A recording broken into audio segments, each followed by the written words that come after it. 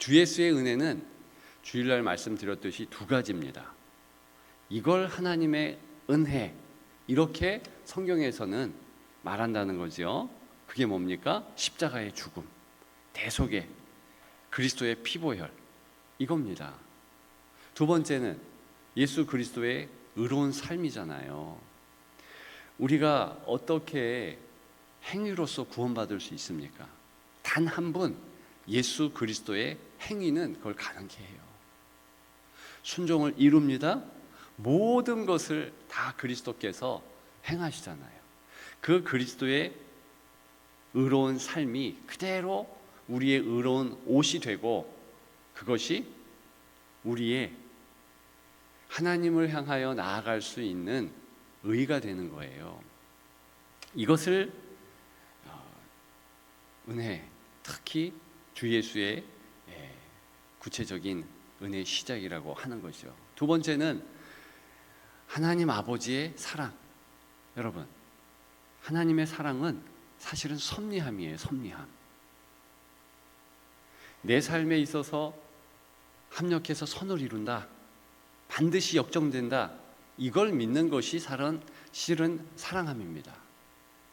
세 번째가 성령님의 교제하심이죠. 우리가 다른 성도를 사랑할 수 있는 것도 성령님께서 우리와 함께 하시기 때문입니다. 자, 이 세 가지가 은혜예요. 반드시 순서도 중요합니다. 하나님의 사랑을 예수 그리스도의 구체적인 은혜 위에서 깨닫지 못하면 어떻게 됩니까? 오해해요. 자꾸만 이 땅의 만사형통, 그것만 사랑으로 생각합니다. 그게 내식의 사랑이죠. 그리고 그 섭리를 자꾸 오해합니다. 왜 그러냐 하면 하나님은 날 사랑하지 않나 봐. 왜? 그리스도의 이 은혜가, 구체적인 은혜가 내 삶에 기본적으로 베이스로 깔려 있어요. 그렇지 않습니까? 제가 예전에 어머니를 참 오해했습니다. 왜냐하면 도시락을 싸갔는데 남들보다 참 꺼내놓고 먹기가 힘든 거예요. 왜? 집이 가난하니까. 여러분, 그런데 도시락을 싸가지고 왔다는 것 자체가 그 대단한 거 아니에요? 고아원 아이들이 엄마가 싸다 준 그 도시락의 가치를 알까요? 아무리 맛있어도 엄마가 싸준 건 다르잖아요. 전 그걸 잊은 거예요. 나중에 그걸 깨닫습니다. 그래도 어머니가 도시락을 싸줬다, 이게 기본인 거예요, 기본. 근데 그 기본을 놓치고 살아가면 감사가 없어요. 하나님의 사랑을 오해하는 것은 구약의 하나님이 다르고 뭐 신약의 하나님이 다르다, 절대 그렇지 않습니다. 스가랴서가 그걸 말해주잖아요.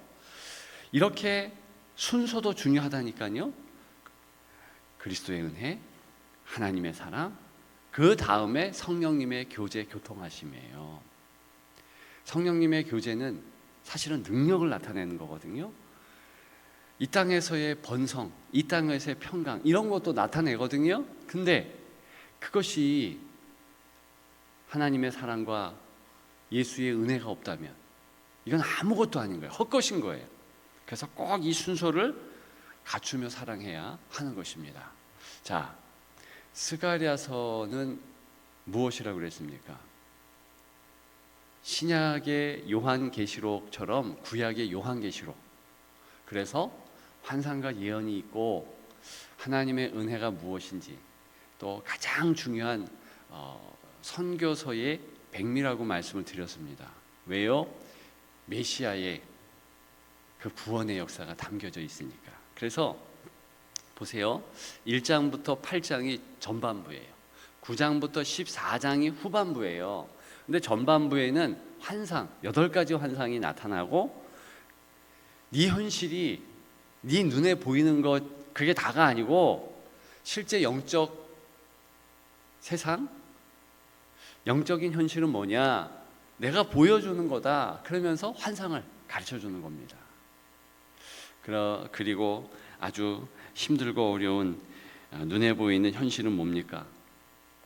피폐한 성곽이 붕괴되었고 성전도 없고 이렇게 포로 귀환을 했는데 먹을 것도 없고 잠잘 것도 없고 친구도 없고 다 없는 현실이잖아요. 그래서 이 팍팍한 현실 가운데서 쥐어짜면서 성전을 지어 하나님 앞에 봉헌하려고 합니다. 근데 이 성전을 건축하는 기간이 4년인데 중간 딱 2년째예요. 너무 힘든 거예요. 어려운 거예요. 금식하고 싶지도 않아. 하나님의 은혜가 보여지지 않으니까. 그러니까 우리가 금식을 5월에도 하고 7월에도 하고 또 오늘 본문에는 또 자기들이 마음을 다해서 금식을 하려고 그러거든요. 근데 금식 안 하면 안 됩니까? 5월은 생략합시다. 왜? 힘드니까, 어려우니까. 그래서 금식에 대한 논쟁이 막 있고 오늘 그 연장선상에서 8장, 그죠? 내일 8장 끝까지 하는구나. 9장이 돼야 되는데 이 수련회 때문에 9장을 못 나누어서 어쨌든 9장도 나누십시다만 9장부터 완전 바뀌어요, 분위기가. 어쨌든 그 현실 가운데서 하나님은 내가 은혜를 거두지 않았다, 이런 차원에서 말씀을 하십니다. 3절 다 같이 읽습니다.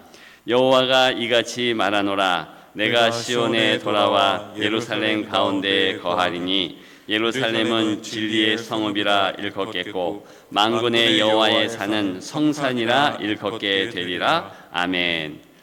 히브리 말은요 현재형만 있습니다. 헬라어 말도 사실은 마찬가지예요. 실은 우리말도 마찬가지인데, 자 3절에 보게 되면 지금 여기 보면 미래형인 것을 알 수 있어요. 근데 사실 현재형이에요. 그래서 진리의 성읍이라 일컫겠고, 지금 일컫는다, 현재로 말하고 있는 것이 사실입니다. 왜 그러냐? 하나님의 은혜가 먼저 있었기 때문이에요. 왜? 2절에 보니까 하나님께서 시온을 위하여, 예루살렘을 위하여, 성도들을 위하여 질투했다 그래요. 그를 위하여 크게 분노함으로 질투하노라. 2번이나 질투. 하나님이 사랑하셨다, 이런 뜻이에요. 자, 그러면 하나님의 사랑의 전개는 어떻게 되는가? 그리고 우리의 현실 가운데 우리는 어떻게 승리할 수 있는가? 이것을 구체적으로 본문은 보여주는데 역시 순서 또한 중요합니다. 먼저 진리가 선포돼요. 그래서 여기 진리의 성읍 이렇게 얘기하는 겁니다. 하나님의 말씀이 꿀송이처럼 달고요, 하나님의 말씀이 흥왕해져요. 자, 그것을 어떻게 알 수 있느냐?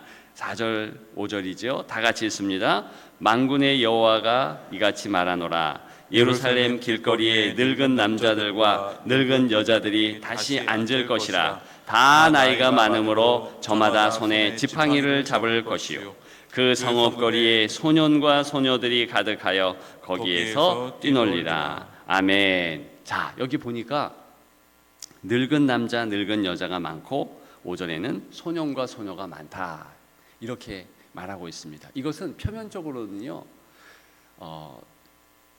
장수와 다산이죠. 항상 가장 복이 있는 시대는 언제냐? 장수하는 시대예요. 그죠? 나이 드신 분들이 있는 것 얼마나 귀합니까? 또 한 가지가 어린 아이들, 여기 소년은요 어린 아이에 대한 통칭이에요. 청년전의 아이들, 그 아이들이 뭐 길거리에 가득해요. 자, 이 두 가지 중에 한 가지만 부족해도요 이거 힘든 겁니다. 우리가 왜 힘든 시대가 왔다 그럽니까? 인구 절벽, 애들이 없다, 그죠? 애들만 많은데 어른이 없다? 이것도 아니에요. 파라과이 이용한 선교사님이 가 있는 그 땅이 힘든 건요, 전쟁이 있으니까 나이 든 분들이 하나도 없어요. 다 죽었어요. 아버지도 없어요. 애들만 잔뜩 있어요. 이게 잘못된 사회 아닙니까? 다 같이 있어야 돼요. 그러니까 표면적으로는 이런 은혜가 있는데 더 중요한 것은 영적 현실이에요. 지금 진리의 성읍이라고 그랬잖아요. 하나님 말씀이 탁 퍼졌는데 누가 제일 먼저 반응하느냐? 나이 든 분들과 어린 아이들. 여러분 진짜 교회에서요, 제가 말씀을 오랫동안 증거해 보니까 진짜 그냥 잠깐 얘기하고 별거 아닌 거 얘기해도 저 나이 드신 분들은 교회를 채우는 이렇게 연령 꽤나 있는 분들은요 은혜를 즉각 받아요. 그리고요 반응이 너무 좋습니다. 그래서 제가 이렇게 오늘도 설교를 딱 전하잖아요. 그 얼굴 보잖아요. 그러면 연세가 들고 또 하나님의 은혜가 콸콸 넘치는 분은요 일단 표정이 웃어. 그거요 굉장히 목회자에게 안식을 줍니다. 그리고요 꼭 피드백을 하면서 은혜 받았대요. 근데 가만히 들어보니까 설교 망쳤을 때도 은혜 받았대. 근데 왜 그러느냐, 항상 모든 말씀의 풍성함을 누리는 분들이에요. 그리고 놀라운 것은 애들도 그럽니다. 애들도요 어쨌든 애들은요 뭐 표정 한 가지 말 한 가지에 꽂히면 다 좋아. 이게 진짜 좋은 거예요. 근데요 반대로 청년들, 새가족들 어떤지 아십니까? 바로 은혜에 대한 바로미터예요. 그들이 깨달으면요 다 깨달은 거예요. 그래서 청년 사역이 쉽지 않습니다. 우리 우재순 목사님이 청년을 만났는데 그거 쉽지 않아요. 아이들은요 반응도 늦고요 하나님의 말씀에 이 깨달음이 계속 이렇게 연속되어서 해야지만 애들은 꼬꾸라지고 그렇게 되잖아요. 그래서 제가 항상 우리 교회가 은혜가 있느냐 확인하는 게 있습니다. 새가족들이 은혜 받고 있느냐 이거 체크해야 돼요. 우리 청년들이 은혜를 받고 새벽에도 청년이 오고 금요 성령 집회에도 은혜 받는다 이런 피드백이 있는가 살펴요. 몇 프로가 되면 우리 교회가 그래도 은혜 받고 있구나 이걸 알 수 있습니다. 자, 지금 어쨌든 교역자들이 그렇게 새가족들, 뭐 청년들, 남성들 또 은혜 안 받는 그룹들을 신경을 쓰는 것은 사실이지만 지금 여기에 보면 다 은혜를 받는, 보세요, 아이들도 또 어른들도 진리의 피드백이 있어요. 막 영적인 풍성함이 가득한 거예요. 이게 좋은 겁니다. 자, 이 순서 중요하다고 그랬죠. 그러니까 진리의 성읍에 여호와의 산의 성산이라고 하는데 거기에 많은 이런 나이 드신 분들과 어린 아이들이 같이 함께해요. 자, 그러면서 8절에 나오죠. 진리와 공의로 그들의 하나님이 된다. 그러면서 어떤 징조, 어떤 역사가 있습니까?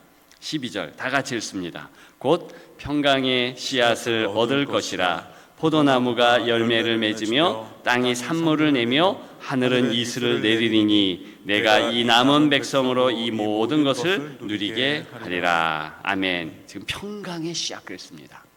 샬롬의 은혜가 있는 거예요. 그러니까 하나님 말씀이 선포되잖아요. 그럼 특징이 이 순서적으로 있어요. 그게 뭐냐면 마음의 평안인 거예요. 아직은 현실이 바뀌지 않았습니다. 근데 마음에 평안이 있어요. 은혜가 있는 것을 알아요. 여러분, 그러면 거기까지 가잖아요. 괜찮습니다. 현실이 아무리 어려워도 그것을 깨닫는 성도, 그리고 그 성도의 가정은 괜찮아요.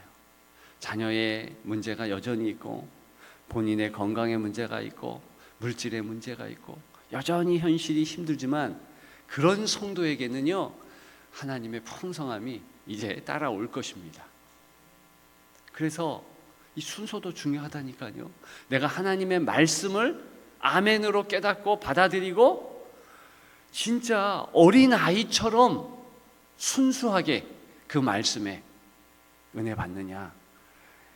나이 지긋한 성도들이 우리에게 모범을 보여주는 것처럼 그렇게 나도 은혜를 받고 있느냐. 은혜 받는다면 괜찮습니다. 여러분, 처음에는 말씀에 이렇게 막 반대도 하고 좀 싫고 그거 괜찮죠. 근데 회개하고 순종하면 어떻게 되느냐? 완전 바뀌어요. 그럼 진리의 말씀이 나를 붙잡는 것을 깨닫고 그 진리의 말씀이 평강을 내 마음에 끼친다. 이걸 알게 돼요. 그 평강의 씨앗을 얻을 것이고. 그럼 어떻게 되느냐? 두 번이나 강조하죠. 손이 견고해져요. 손이 견고해져요. 이것은 하나님의 의의 손이 붙잡아 주시니까 이 손이 힘이 있는 거예요. 내 마음에 이제 확신이 있어. 아, 그래 해볼까? 내게 은혜가 있는 거 아니까 나 살아볼까? 살아볼 마음이 있고 나아갈 힘이 생기는 거예요. 여러분, 내일 본문이지만 그러면 14절부터 마지막 절까지 번성을 주고 번영을 주고 하나님의 이 현실의 환경까지도 바뀌는 역사가 있다는 것입니다. 기가 막혀요. 개봉박도 기획하시면서 여러분 고린도후서 6장 1절에는 하나님의 은혜를 헛되이 받지 말라 그랬습니다. 은혜 헛되이 받지 마세요. 이미 여러분들에게는 예수의 은혜가 있기 때문에 이 새벽에 깨어 나온 겁니다. 그걸 꼭 기억하시고 먼저 내게 은혜가 있다. 이걸 인정하십시오. 그리고 진리의 말씀, 평강, 요 두 보아스와 야긴의 요 기둥을 붙잡으십시오. 그러면 그것이 구리산이에요. 하나님의 이 병거들이 내 삶에 확 와가지고 어제 말씀처럼 이기게 합니다. 금식도 기쁨으로 은혜 안에서 하게 돼요. 모든 환경을 이기게 되는 줄을 믿습니다. 기억하는 여러분들 되시기를 주님의 이름으로 축복합니다. 기도